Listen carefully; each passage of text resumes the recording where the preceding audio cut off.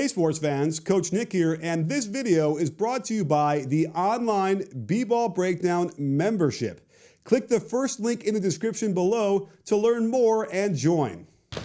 Good.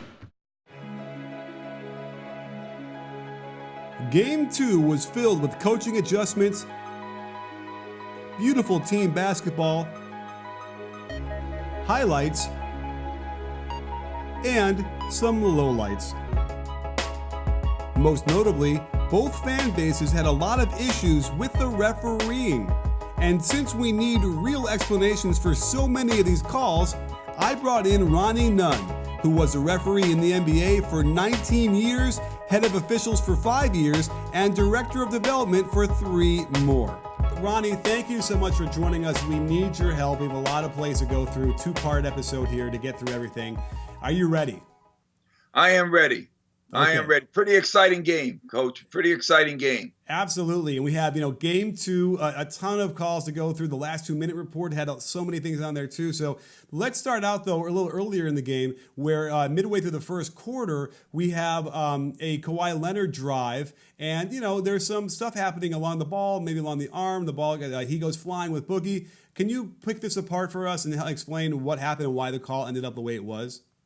It's just a beast of a call because Leonard comes down, then there's contact, no one touches the ball, so you have a potential travel, you have a potential block, you have a potential charge.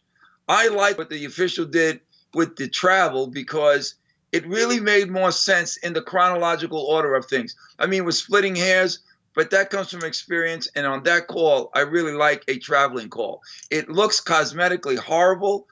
Anybody would think we got to have something one way or the other. And when he comes down and Cousins goes and picks him up as a secondary defender, they collide. But I think they collide, from my views, after Leonard comes down. So yeah.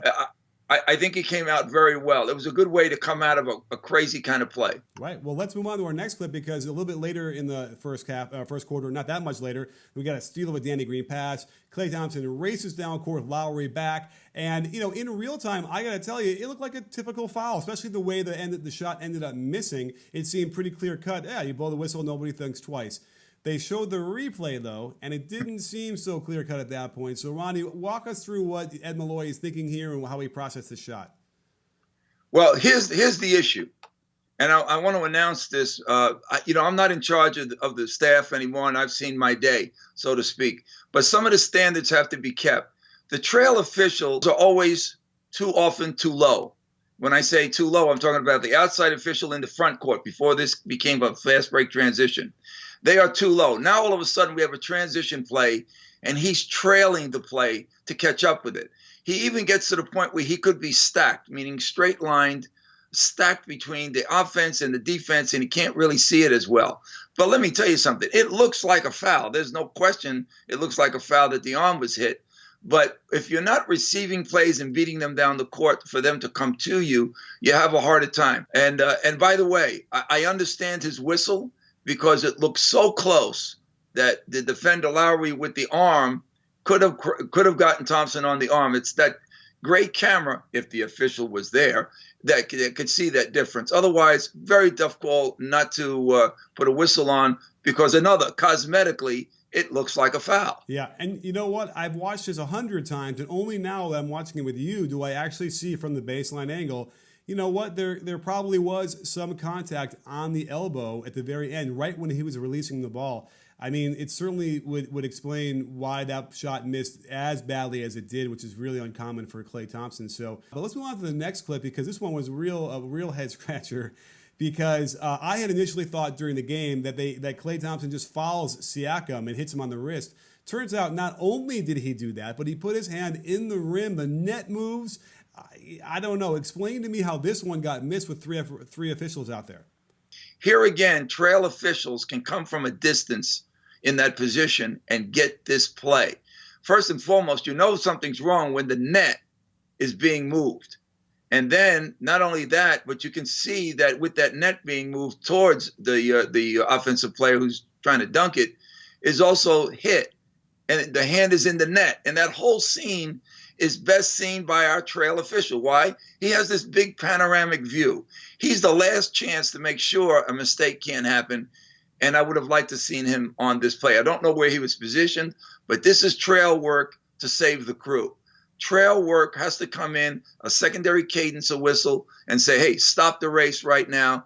We're going to stop it right here. It's a distance call, yes, but it's the call that's needed. But the trail is the one that's not getting that. He's looking for the unusual thing that happens there. And then the absolute correct version of events there would be an and one, right? You got to count the bucket and give him a foul. Yeah, basket interference, scored a goal, and one to the line for the foul on the wrist. Fair enough. Well, let's move on to the next call we have, middle of the second quarter. We have Boogie Cousins out there doing his thing, shaking the bacon, gets a spin move in the lane. Lowry, very provocative and taking a lot of charges. I think he leads the league in charges taken in the playoffs this year. What do you think? They called it a block. Should this have been a charge? Simply said, it should have been a charge. I don't think the official was surprised by it. I think he probably believed there was a slight leaning by Lowry at the end, but you know what? That lean is not the real big picture. Let's call the obvious. We all have learned that. A lot of us have carried on the philosophies of Daryl Garrison with play calling. Call the obvious. The obvious of that play is offensive foul. He was definitely there, and before the launch upward.